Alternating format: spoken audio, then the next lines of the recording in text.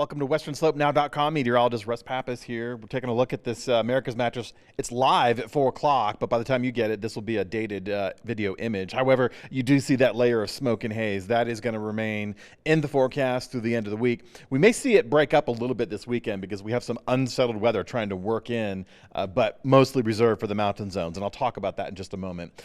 Aside from that, we have no watches, warnings, or advisories, and we've really been looking at severe thunderstorm warnings, flood watch warnings, and flood watches and advisories. Those don't exist in this forecast. Now, as we get into this weekend, we'll have some isolated mountain storms to look after.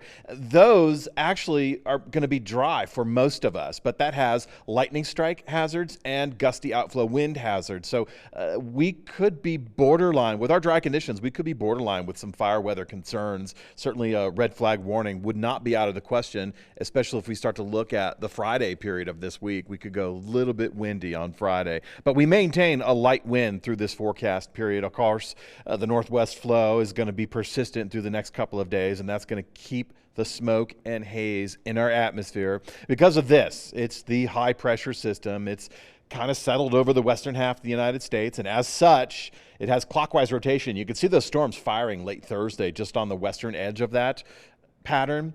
It's also responsible for transporting the smoke in. Now, as we get closer to this weekend, we're going to have a couple of cold fronts skirting by the northern zones. Not really impactful for us. It'll help lower our temperatures a little bit. It certainly should not get us down to the averages anytime soon. And averages for Grand Junction are mid-80s. For Montrose, it's lower 80s. But with those series of low-pressure systems and cold fronts passing by to our north, beginning Thursday, certainly Friday, Saturday, and then again on Monday, those weak systems should nudge our high pressure system out of its anchored position, actually shunting it a little bit to the southeast.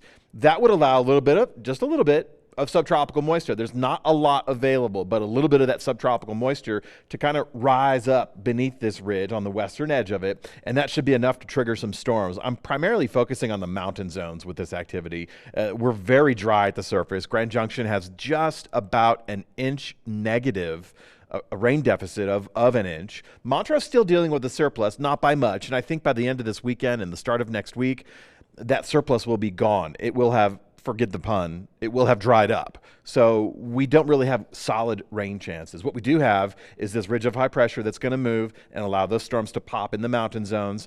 Again, lightning and gusty outflow winds will be the primary concern because we're just too dry at the surface to allow any of that moisture to make it to the ground. Wind, however, will.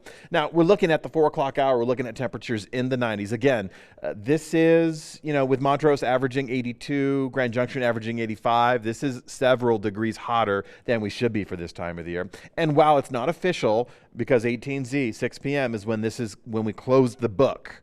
And that's a source of contention with me and the National Weather Service, because sometimes they'll record a record, if you will, record rainfall rates because it rained past 6 p.m. It goes on the previous day. Well, okay, at some point you have to close the books. We close it at 6 p.m. These are not official, but we are going to run hotter than the average. As far as winds go, really, the expectation is 15 to 25 miles per hour, and that's just where we've been the last couple of days. That's just where we are today and for the next couple of days. Now, once we get into the weekend, these top wind gusts will probably blast up a little bit, especially in areas near those mountain storms. So if you head to the high country this weekend, just be mindful of those gusty winds and be mindful of those pop-up storms. Now, again, with the cool temperatures, sunrise happens just before 6:50, and that's kind of an ish statement because it depends on where you are.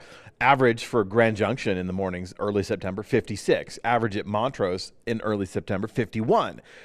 Now, the forecast was calling for a little bit hotter yesterday, but that smoke layer really plays, it's difficult to forecast through. Now, the smoke layer will allow a little bit more warmth, but that's in the afternoon hours. We do have cooling, and this is an enjoyable start to your day. It's also the breezier portion of the day, so I encourage you to get up and check it out. We're going to try again tomorrow morning for the upper 50s at Grand Junction.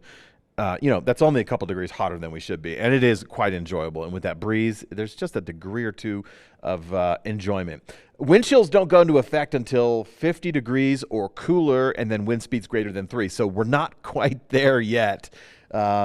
Yeah, we're not quite there yet. Tomorrow afternoon, again with these hotter temperatures, the heat in the afternoon, the dry conditions in the afternoon, the mostly clear skies, smoke notwithstanding, we are going to go with a mostly clear sky. But once we get towards that series of low pressure systems sweeping through, we will introduce some cloud coverage. So we'll go partly cloudy Friday night and into Saturday. But notice what the temperatures do with the series of cold fronts swinging through. All the way through the middle of next week, we have lowering temperatures. So those get us closer to the average, but not quite the average for this time of the year.